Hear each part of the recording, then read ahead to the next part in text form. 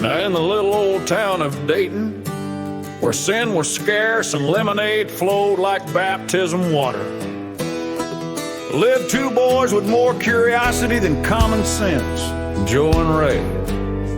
And what they done at the church picnic one hot Sunday, well, now that's the stuff of legend.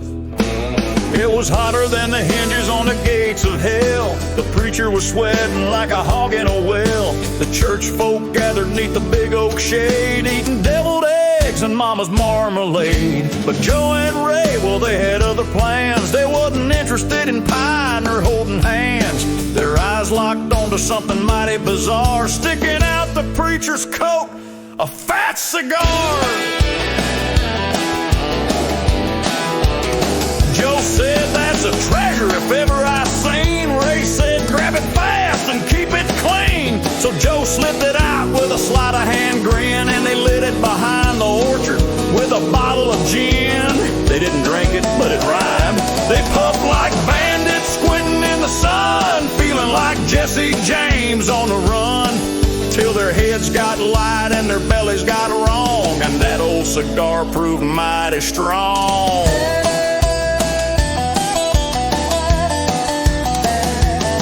They came stumbling back like rodeo clowns, green as gourds in their hand-me-downs, trying to act cool as their guts did flips, wobbling like preachers after 10 potato chips. Then Ray let out a burp followed by a splash. Joe doubled over and joined the backlash, and like dominoes falling in a revival tent, the whole congregation got heaven sent straight to the bushes.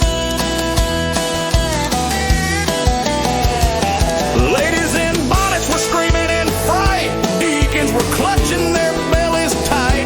One poor soul dove into the lemonade vat, trying to rinse off the horror like a baptismal bath.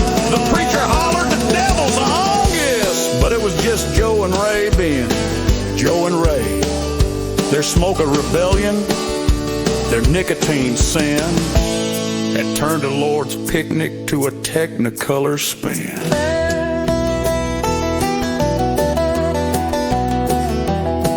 Now the preacher never found out who stole that stick, though rumor says he switched to peppermint quick.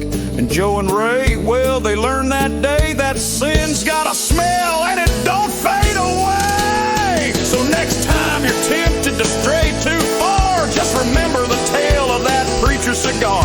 How two boys with mischief and a curious spark turned a church event into Jurassic Park. And Dayton ain't had deviled eggs since.